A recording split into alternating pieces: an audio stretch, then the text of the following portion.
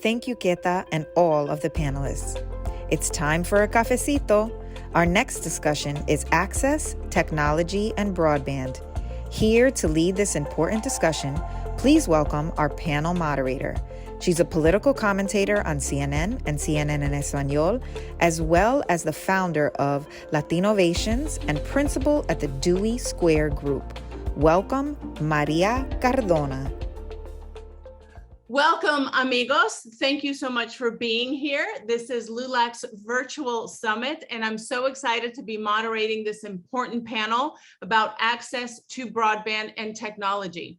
You know, the COVID-19 pandemic really exposed all of the fissures and the dangers that exist for the Latino community as we don't have access to the nation's highest broadband speeds and most up-to-date technologies. It has really taken a toll on our children, on our families, on our job seekers, and really has shown us that we have a lot more to do to make sure that our community is on par and with a level playing field with the rest of this country.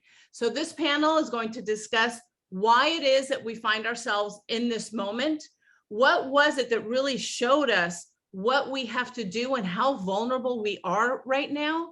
And what can we do as leaders in our communities? What tools are at our fingertips so that we can push our leaders to pass policies that will better make these broadband tools, the technology, and the policies available to our communities so that we can take advantage of what we know is not just the potential that exists in our community, but the responsibility we have to really step up to the plate and continue contributing to this great country.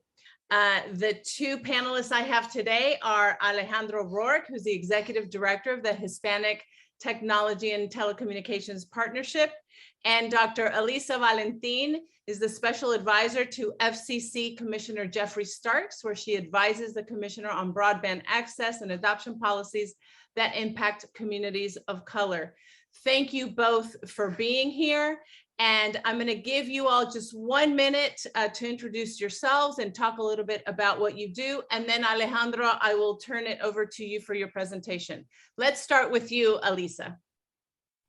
Hi, everyone. So glad to be with you all here today. So as Maria said, my name is Alisa Valentin. I'm Special Advisor to Commissioner Geoffrey Starks. I've been working for him for about 2 years now, work on broadband access and adoption policies as they relate to communities of color, low-income communities, and other marginalized groups. Future of work is also in my portfolio, as well as prison phone justice. Great to be with you all today. Thank you so much, Alisa. Alejandro, I'm going to turn it over to you. You can do an additional quick intro of HTTP, and then you can just dive into your presentation. I appreciate that. Thank you, Maria, and thank you to LULAC for featuring this important conversation. So as Maria mentioned, my name is Alejandro Roark, and I'm the Executive Director for Hispanic Technology and Telecommunications Partnership. And for those of you that aren't familiar with our organization, we are essentially a CEO roundtable of 16 of the country's oldest and largest Latino civil rights organizations, including our friends at LULAC, who work in partnership to promote access, adoption, and the full utilization of technology and telecommunications resources by the Latino community across the United States. And so I think that, as Maria mentioned, I want to kind of contextualize our conversation today by really kind of diving into the state of the Latinx digital divide across this country. So let me share my screen, and I'm happy to kind of provide, the newest data that's available to us about what really is going on, how we're impacted, and most importantly, what we can do about it. So as Maria mentioned, throughout the course of the global health crisis, COVID-19 exposed the depth of the digital divide and the important and essential role that broadband plays in sustaining critical aspects of our lives. As the COVID infections rose, so did the digital fault lines between those who have at-home internet connection and those that don't. We all saw this picture, which went viral, of two Latina students attempting to do their homework in the parking lot of a Taco Bell, as in-person classes were canceled or moved entirely online.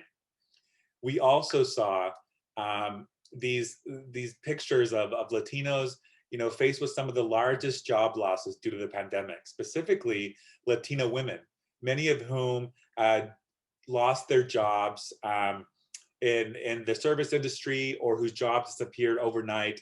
And we saw them standing in long lines in order to apply for unemployment benefits. Latinos, along with other communities of color, have experienced severe harm by the economic fallout of the pandemic. And we account for 23% of the initial job losses, even though we are only 18% of the total population of the United States. Women in general accounted for 100% of US job losses in December of 2020, with Latino women alone accounting for 45% of those job losses. And as vaccines started to become available, we also began to see pictures like this of empty vaccination sites located in predominantly Latino neighborhoods. And we know now that that's either because we were being targeted by misinformation about the vaccine, had limited availability to resources to conduct our own research, or because the primary way that anyone could get a vaccine in the early stages was by making an appointment online through outdated government websites. Each of these pictures tell the story of what happens when Latino households don't have access to reliable, high-speed internet at home. The two little girls could have continued their classwork at home. The people who had to wait in those long lines and expose themselves unnecessarily to the virus could have enrolled for unemployment benefits online and used the internet as a resource to learn new skills or find another job in their area. And Latino households with internet connection could have had a much easier access to credible information about the vaccine, or be able to navigate the sometimes complicated government websites that would have allowed them to make a vaccine appointment early on. The families that were able to withstand some of the harshest impacts of the global health crisis were those that had reliable broadband connections at home. And as we dive deeper into this conversation, I think that it's important that we understand the digital divide by the numbers. So in their most recent findings published this year, Pew Research found that only 65% of Latino households had a broadband connection at home compared to 81% of white households. They also found that having an internet connection at home correlates directly with the average household income of the family. So those who earn $50,000 a year or less are the least likely to have an at-home broadband subscription. And I think that it's worth noting that the median household income for Latino households in 2019 was $56,000, and we saw that number go down in 2020. They also showed that Latinos living in rural areas of the country, about 3.2 million of us, in fact, are even less likely to have either broadband infrastructure available to us or not offered at an accessible price. So what is the impact? So the impact of the Latino communities overall is that we tend to be smartphone dependent. And what that means is that we might have a cell phone, but no broadband at home.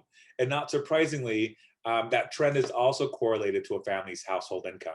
Lower income households are more likely to rely on a cell phone as their primary access point for the internet. And I think that it's also important to mention that these numbers show that someone in the household has a cell phone and has access, not that every member of the household has their own device and a data plan. So it's not surprising that the primary issue stalling broadband adoption at home for Latino families is the price. In fact, the majority of smartphone dependent respondents cite affordability as the #1 reason for not having an at-home broadband connection. And it's not, I think, because we don't want it, we don't understand its value. It really comes down to price. So what happens when our communities are disconnected, as Maria mentioned? When our families don't have access to high broadband speeds, or our community in turn has limited opportunities to learn digital skills, which in turn kind of results in limited possibilities. And that's limited possibilities across the board in education and health and economic mobility.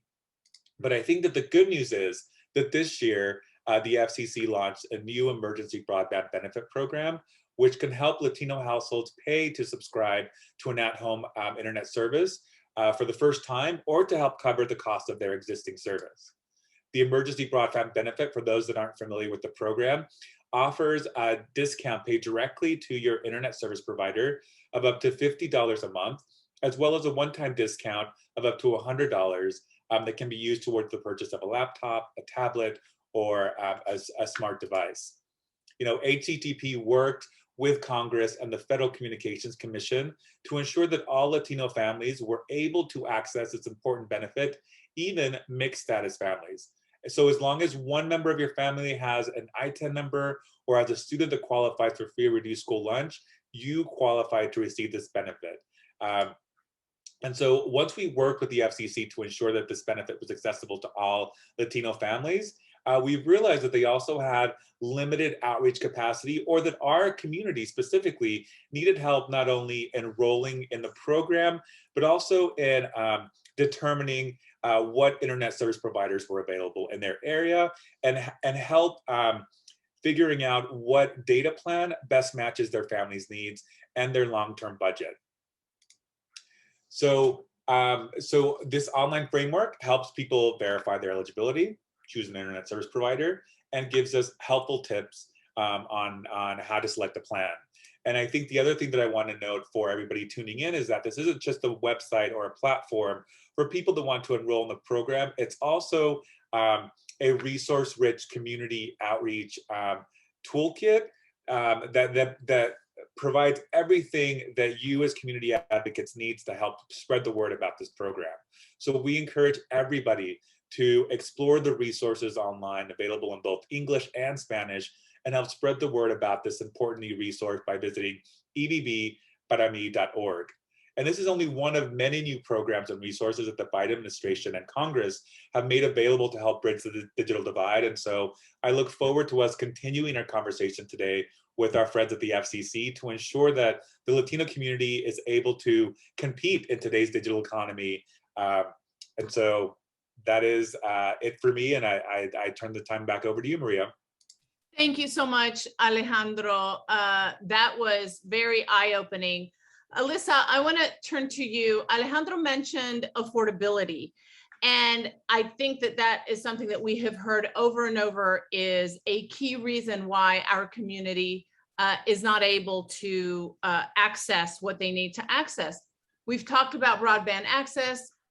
We just talked about, through Alejandro's presentation, affordability. But we also know digital skills are an important component that needs to be addressed so that multicultural communities are able to really take advantage of everything the internet has to offer in today's digital economy. I know that future of work is part of your portfolio. How does internet access and digital skills impact Latino workers in particular? Thank you so much for the question, Maria. And Alejandro gave a perfect presentation there, really helping kind of set the table on the Latinx digital divide.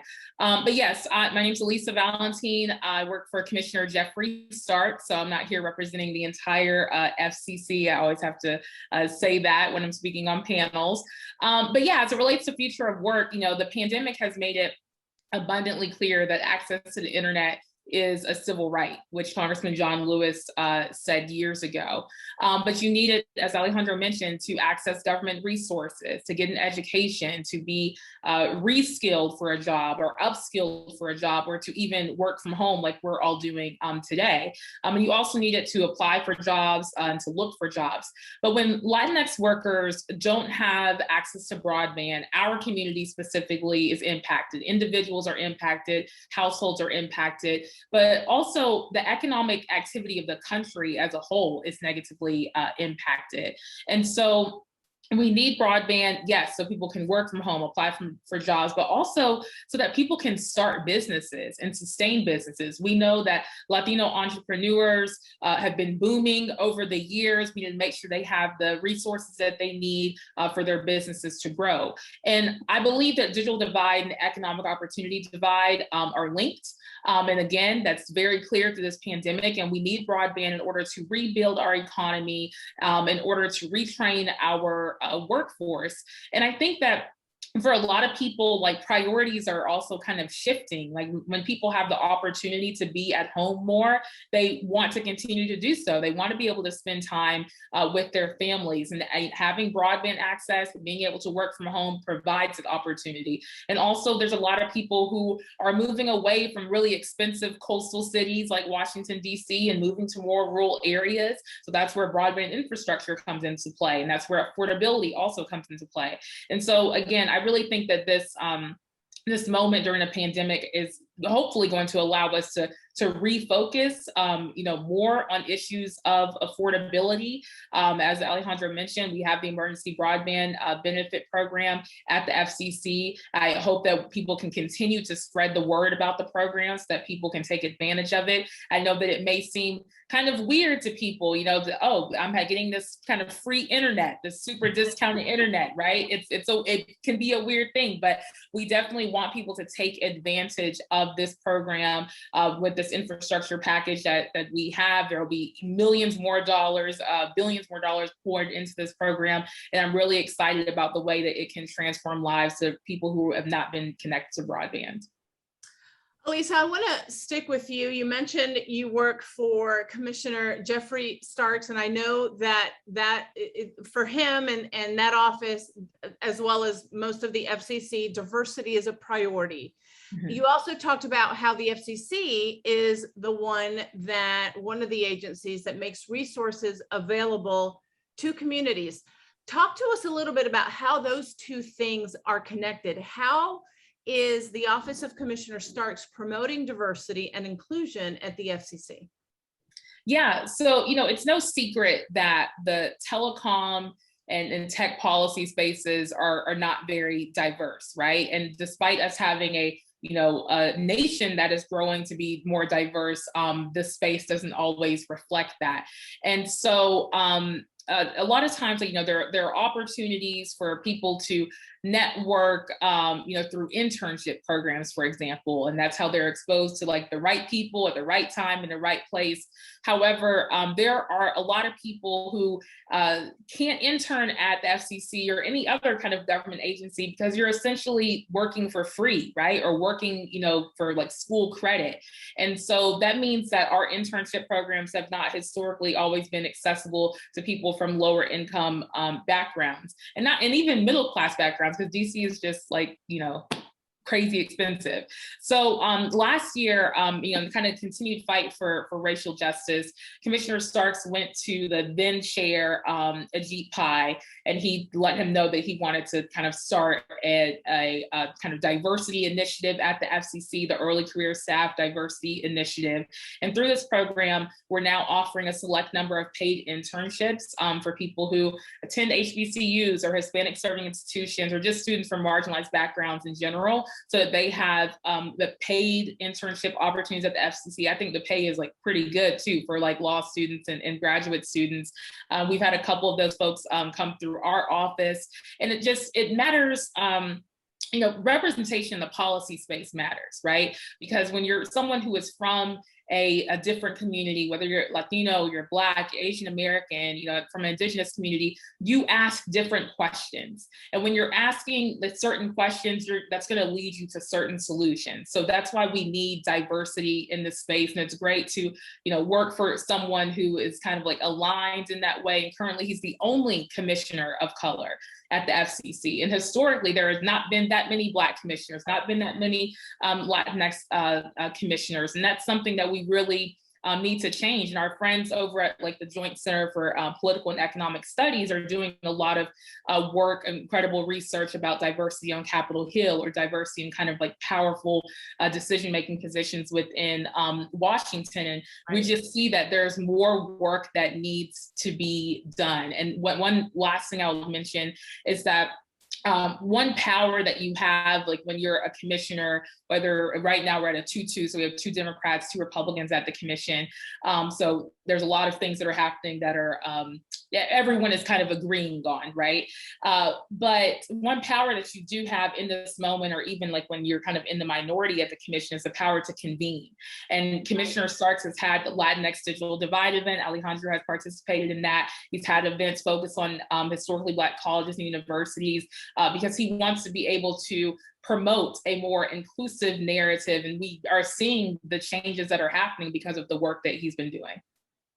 You know, you mentioned that there has not been a Latinx commissioner in quite some time. In fact, it's been 20 years. And so it is my hope, and this is my personal opinion, that the next commissioner to be named will be a Latino or Latina who can join forces with Commissioner Starks on all of these important issues. Thank you, Alisa. We'll come back to you. Alejandro, I want to talk to you about LULAC's organizing powers and how we can use that to try to push and move the ball forward, right? So we know that LULAC, and we're here at the virtual summit, we've seen and heard, and we're going to continue to see and hear their power of organizing and what it has been able to accomplish and everything that they have on their plate. They are known for their ability to organize and to challenge structural inequalities through their advocacy at the local, state, and national level. So in your opinion, what can LULAC members do today to advocate for an inclusive tech future that benefits everyone? Thanks, Maria. And I just want to say I love being on a panel with Alisa. She always breaks it down for us, always makes it super clear. I'm super happy that we have advocates like her at the FCC. So thank you again for being and taking the time and being here with us today. So I think that right now is such a unique and important moment and an opportunity for us to use every tool in our toolbox to connect every home. I think that as Alisa has mentioned, and I think that I'm happy to mention as well, you know, the Biden administration and the FCC have really created a lot of investment in extending broadband infrastructure and digital opportunity across the country. But as we know, every community has a different terrain, different demographics, varying funding capacity. And so I think that if our shared goal is to make broadband accessible and affordable to everyone, regardless of race, income, or zip code, we need to understand first what resources are already available in our community, understand the depth of our local digital divide. And once we are able to clearly articulate that, then I think that it's important that we bring everybody to the table to establish a statewide broadband plan that not only addresses affordability, but also access, adoption, digital preparedness through, you know, culturally inclusive digital skills training. And that's where I think that, you know, the LULAC membership really has an opportunity to make a difference. You know, when it comes to meeting a community's digital connectivity needs, there is no one-size-fits-all solution. In some areas, it might make sense to establish a municipal broadband network or a co-op. In other places, when I think about critical infrastructure or the states that have been able to lead and connect their citizens to not only the benefits of the economic output of having online connectivity, but it's those that are first and foremost were able to invest in building capacity within their own local government. So as we talk about critical infrastructure, I think the importance of establishing statewide offices with digital inclusion officers or state broadband officers who understand the current state of its broadband infrastructure and is able to engage diverse stakeholders, members of historically excluded communities, along with policymakers and industry leaders to carve a path forward that will stretch our taxpayer dollars in a way that is efficient and connects as many people as possible as soon as possible. This is a multidimensional problem and it requires action on all fronts. And I think that, you know, the Biden administration is trying to be innovative, open, and flexible to try new ideas and new approaches. You know, the emergency broadband benefit is one of those programs, and it's necessary for low-income households. I think that in some communities, meaningful competition is important. I think that extending our infrastructure to rural communities is really important. And I think in this moment, when we really need to work collaboratively to establish an equitable baseline of access with new thinking, new tools, and in the spirit of collaboration. And that's what I believe that the FCC really is doing at the moment, but they can't do it alone.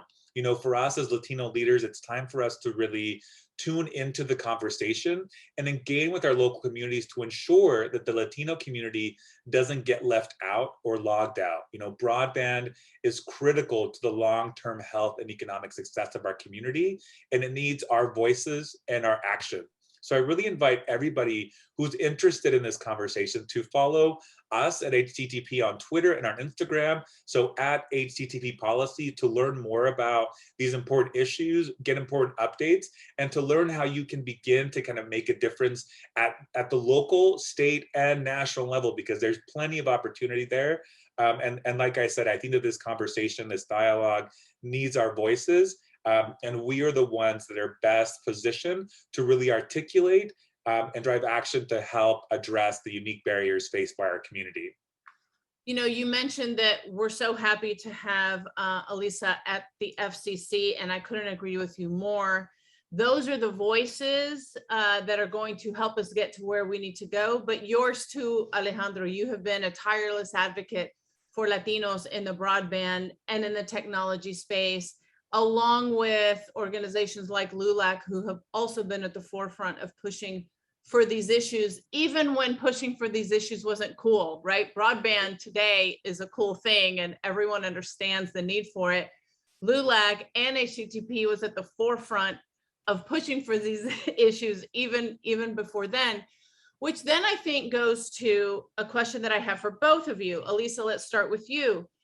We have been able to talk about broadband because it really came into relief because of the pandemic, the needs of the Latino community and how much it lacked, right? Because everyone needed the internet, from children to entrepreneurs, to job seekers, to job trainers, to even trying to figure out where to get a vaccine, right? If you did not have internet access, and that picture you showed, Alejandro, really just became an iconic picture that exemplified this need. But what happens post-pandemic, right? The pandemic spurred this discussion, this need for technology access and broadband. What does the conversation look like? And moreover, what does the solution look like beyond the pandemic? Alisa, let's go with you. Yeah, I would say that the future is definitely a focus on equity. You know, when we're looking at issues of broadband specifically, like we're now having these conversations about both infrastructure and affordability, and we just weren't doing that before. And even I thought it was really important that Alejandro talked about Latinos who live in rural communities. That was also something that people weren't talking about a lot, right? People were acting as though, you know, rural equates to white. And so I think there's definitely been a shift in the narrative. And definitely, I think there's more of a focus on equity as well. And, you know, we've experienced so much devastating loss in the Latino community because of the pandemic, the loss of lives, the loss of jobs, you know, dreams deferred, right? Kids having to come back home from college to help their parents out.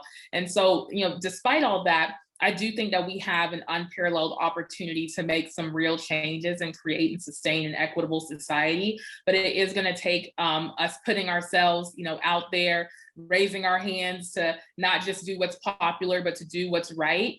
And, you know, call me a, you know, pessimist or a realist or whatever, but, you know, before the pandemic, I didn't necessarily see a path for something like, you know, the emergency broadband benefit so quickly happening in 2020. I couldn't have imagined that, but that just is a reminder that we have to dream boldly, right? And we have to advocate boldly. And it's not just about giving people the crumbs that they need to just survive and just make it through. It's about making sure that we have policies that allow people to thrive. And so I think that's what the future is. I'm hopeful that's what the future is. And that's what I will continue to advocate for. Alejandro, what do you think? You know, I think, like I mentioned earlier, this is a multidimensional problem. You know, we we are taking steps to extend broadband infrastructure to those that don't yet have it, to underserved communities. But the reality is that a lot of people, most of us live in urban areas where there is, where we have kind of several broadband options, or at least a couple. And so I think that where our voices really come in is to, again, working at that local level to ensure that we not only have a focus on extending broadband infrastructure, but also I think ensuring that we have adoption programs so that we are spreading the word about the resources that are available, programs like the Emergency Broadband Benefit Program, multilingual resources, so that we are able to build that bridge from, there is access in my community to and prepare to subscribe on a monthly basis, and really have the tools that I need to be successful online. Getting people connected to the internet is step one.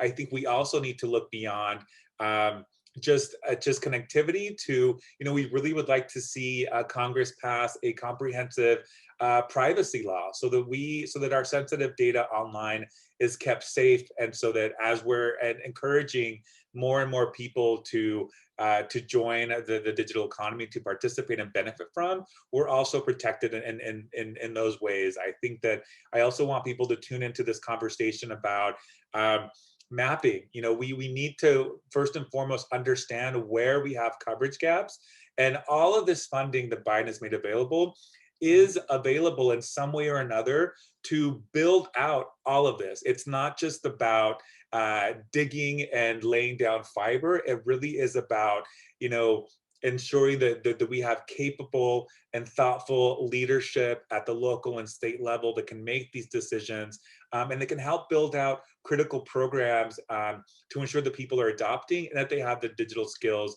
to navigate these online spaces and to remain safe online. Alisa, what do you think is the biggest misunderstanding about communities of color and broadband and technology that you think we need to clear up that will help us get to where we need to go?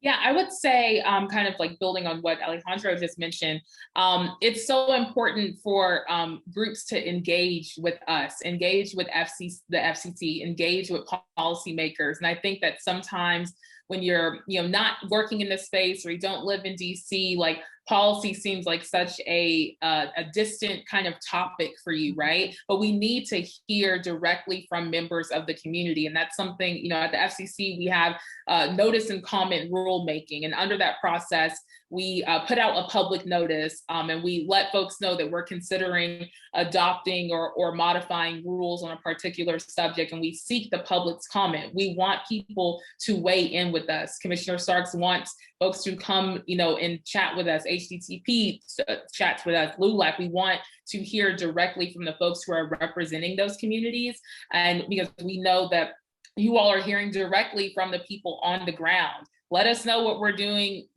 wrong. Let us know what we're doing right. Let us know how we can improve these programs. So I would say that's kind of, one of the biggest misconceptions is that people don't feel like they can really weigh in because they're not, a lawyer at insert telecom company. But we want to hear from real people, and invite us to come out to, wherever you live at. Well, I guess post-pandemic, we would travel a lot before the pandemic to various places. We'd be, middle of nowhere, South Georgia. We'd be in Alabama. We'd be in New York and things of that sort. We want to hear from members of the community, know what you're experiencing so that we can make, policies that are more inclusive.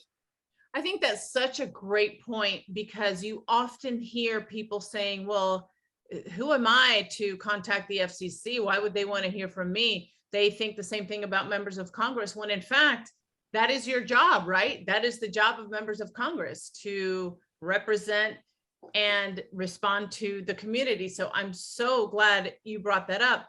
Alejandro, as one of those groups who does that, how can, the regular Jose and Maria be helpful to a group like HTTP or like LULAC in terms of helping to push these issues that we need to push? Yeah, so I would say first and foremost, don't be, I think, intimidated by these issues that seem very complex. I think the step one is really just tuning in so that when you hear consumer privacy, when you hear bias in AI, when you hear, broadband infrastructure, we all collectively as the Latino community recognize that this is a conversation that is about me, that impacts me, and that my voice has the ability to not just shape the present, but the future. I think that is critically important. So I would say just tune in. I wasn't kind of born a tech and telecom expert. It really was about showing up and listening and understanding, and having that context for the way that our communities feel and are affected by these important policies. And I think that that's what I tell people all the time. The fact that, LULAC has such a history in fighting for the civil and human rights of the Latino community, that is the information, that is the context that this conversation needs. And it's so valuable to, like the Office of Commissioner Starks, to the FCC, to people in Congress, because everybody is trying to figure this out today. And if our voices aren't there, then we can't hold people accountable for ensuring that they are responsive to our needs. And on that note, I also am so concerned about, but also have seen a lot of young Latinos and Latinas get involved. So Alisa, to sort of that's in this same vein of what we're talking about, what would you say to young Latinx consumers, would-be activists, even students who are living these issues day to day? How can they best get involved? Because it's one thing for, somebody who is already an adult to be intimidated by the FCC or by groups like HTTP and LULAC and trying to motivate them to get involved. But when you're a student, that's yet another layer, right, of intimidation, when in fact they can have power, right? So what would you urge students to do? I would say, the same, for students as with adults, definitely weigh in on comments, like let us know what we're doing right, let us know what we're doing wrong. And also, we want to meet with students as well. We met with students from virtually from like a middle school in Detroit a few months ago. And it was so important to hear directly from these students who talked about how they're in smartphone only households, how they struggle to complete their work, or how sometimes they'll get refurbished computers that then don't work, and then they have to go back up to the school in order to get a new one. Just like hearing directly from those folks help us to create more inclusive policies. And we also, some of our staff met with students from Baltimore, like I think it was last year, we met with those students, and they were talking about the fact that their internet speeds that they have with some of these discounted internet programs are not fast enough. 25.3 is not enough for a household of 4 kids who are all Zooming and parents who are working from home. But being able to hear from those folks directly, again, helps us to create more inclusive policies, and being able to point to, hey, we met with Jose, we met with Maria, and they said X, Y, Z, right? And I think that just makes for a more powerful and inclusive narrative. And again, just trying to make more policies that are inclusive as well. Give us the website where folks can go to participate in these public comments that you've mentioned. Yes, so we have the ECFS, electronic comment filing system. So if you Google that with FCC, it'll pop right up. You'll be able to see proceedings that are live right now that we're working on, and you'll be able to weigh in. You can weigh in about, for example, we have the FCC's Lifeline program, which is a federal subsidy for $9.25 a month. So folks can have kind of cell service, right? You get about 4.5 gigs of data and 1,000 minutes a month through this program. Maybe, people have ideas for how that program can be improved. Maybe folks need increased data or more minutes. They can weigh in there. And definitely you can reach our office, Geoffrey Starks. It's jeffrey.starks@fcc.gov. You can email us directly. I check that email. So if people have, anything they want to weigh in with us about, we're happy to hear from you. Alejandro, I want to talk to you about the role of industry, because we know that, even on these panels, representatives of industry are important to have because they have such a big footprint in this area. What is industry doing now to partner with HTTP, to help the FCC do what they need to do, to help LULAC do what it needs to do to advocate for these very important issues? Yeah, I think that is a great question. Industry really is able to determine, they do determine, the digital access that we all have. And so I think that I've been really, impressed by the way that I've seen them step up during COVID to ensure that people aren't disconnected if they already have an internet service plan and they're unable to pay because of an economic hardship, or really kind of being responsive to, okay, like these plans, these lower income plans that I think are necessary for, low-income families that have kids that need to go back to school, to really say, okay, you know what, let's really adjust the level of speeds that we're offering. Let's listen to our consumers. Let's be responsive. Let's be engaged partners. And I think that's why I think this is such an incredible moment, because everybody is really listening, really wants to hear from us, really wants to understand how we achieve universal broadband, to every home. And so I think that's why I think that our voices are so incredibly powerful today, because everybody is listening. Mm-hmm. And so I think that I'm heartened by the fact that we really have seen internet service providers be good community partners.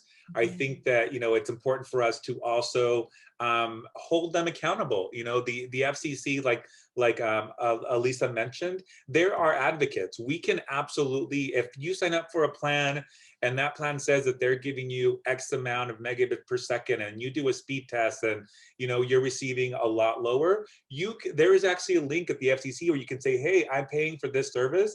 This is what they told me I was getting, and I'm not getting that service.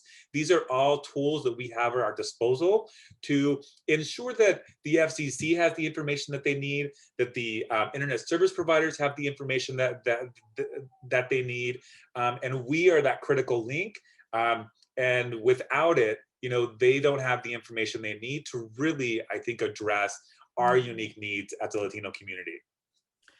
Alisa, there's one question that I've been curious to ask you, and that is, I have talked to a lot of Latinx parents who are concerned about their kids being online. Alejandro mentioned the issue of privacy, but then you also have, a lot of Latinx parents, and even me, myself, I am not very tech savvy. And I sometimes have no idea what my kids are doing online. So imagine if you're an immigrant Latino parent so concerned about trying to put food on the table. How can we give these parents the tools that can make them comfortable with an online life that we know kids need to have, but at the same time, making parents, again, comfortable that they're not putting their kids in danger?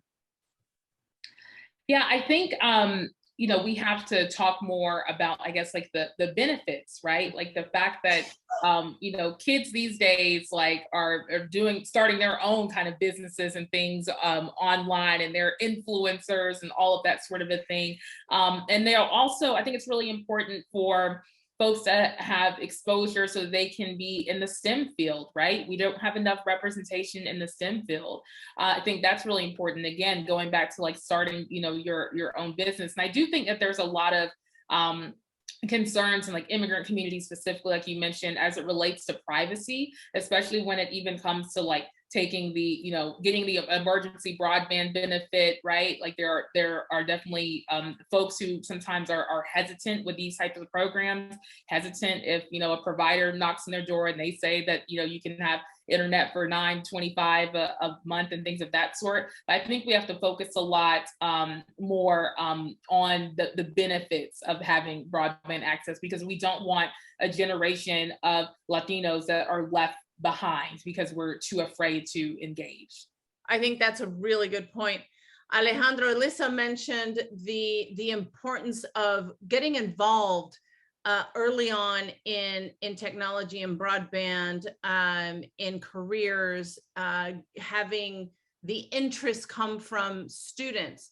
What have you seen as you have delved into these issues through HTTP? Is that something that we all need to push more for, or are Latinx students automatically and naturally attracted to fields in STEM? Yeah, I think that as I kind of have traveled across the country and I've gotten to meet these incredible, talented, innovative, industrious young Latinos, you know, I really feel that we hold, I think, that the creative spark that's going to push us and it's going to lead us to more inclusive innovation that's going to create the world that we all really want to live in. And I think for me, it requires all of us to expand our thought about what digital skills mean, what digital literacy mean, because it's not just something that kids need. As parents, they need it. Every industry is now using digital tools to in every aspect of every job. I think when you look at, you know, applying to Walmart requires you to have the digital skills to take their whole little online assessments. I just was in a briefing about how even kind of fast food restaurants are using VR and AR, like virtual reality, to train their employees. So we can't escape it. But I think that for us to kind of get ahead of it, it's to just give our families and our community that initial, I think, connection to the internet. And then from there, all of us work together to innovate in a way that makes the internet and our online ecosystem safer, more vibrant, and more diverse. I love that. I'm going to give you guys 30 seconds for final remarks and a call to action. And then we've run out of time. Imagine that. It went by so quickly. So Alisa, let's start with you. Well, thank you again so much, Maria, for moderating this conversation. It was great to hear from Alejandro. I feel like he sometimes speaks in tweets. I was writing down quotes. I was like, oh yes, this is great. This is great. You might see something pop up in the commissioner's speech that Alejandro has said. But yeah, I would say that, again, like my call to action would be just engage with us at the FCC. We want to hear from civil rights groups, public interest groups, from companies. Of course, we hear from them all the time, but we want to hear from everyday Americans as well. So please don't be intimidated. Engage with us. Again, you can reach us at geoffrey.starks@fcc.gov. Visit our website, peruse the website, you know, get familiar. Thank you. Thank you, Alisa. Alejandro. So I will say, first and foremost, just thank you to LULAC for their leadership all of these years. You know, LULAC was the first to have technology centers across the country offering bilingual digital skills training. You guys host the Latinx Technology Summit, which I love, and I had the honor of producing for a couple years when I worked at LULAC. You guys have some incredible partnerships and resources that you can find at lulac.org. Please tap into all of those. We also have lots of resources, and if you want to know more about these issues, you can check out our blog at httppolicy.org. But I would just say, stay engaged, stay informed, and spread the word. You know, talk to each other, talk to your families. Check out ebbparami.org. If you do not need help paying for your internet, I know that we all know somebody that does. So please check out those resources and encourage them to apply, and just know that we are all working with you and for you to ensure that we achieve, an equitable tech future that benefits everyone. Thank you so much, Alejandro. Both you and Alisa have given us some really amazing words of wisdom, and hopefully we will all heed those. Industry will heed those. Our public service folks will heed those. And I just want to thank you for being here. I want to thank LULAC. You're right, Alejandro. LULAC has been at the forefront of these issues for a very long time. Thank you, LULAC, for giving us a platform to have this really important discussion. Thank you, amigos, for joining us today, and hasta la próxima.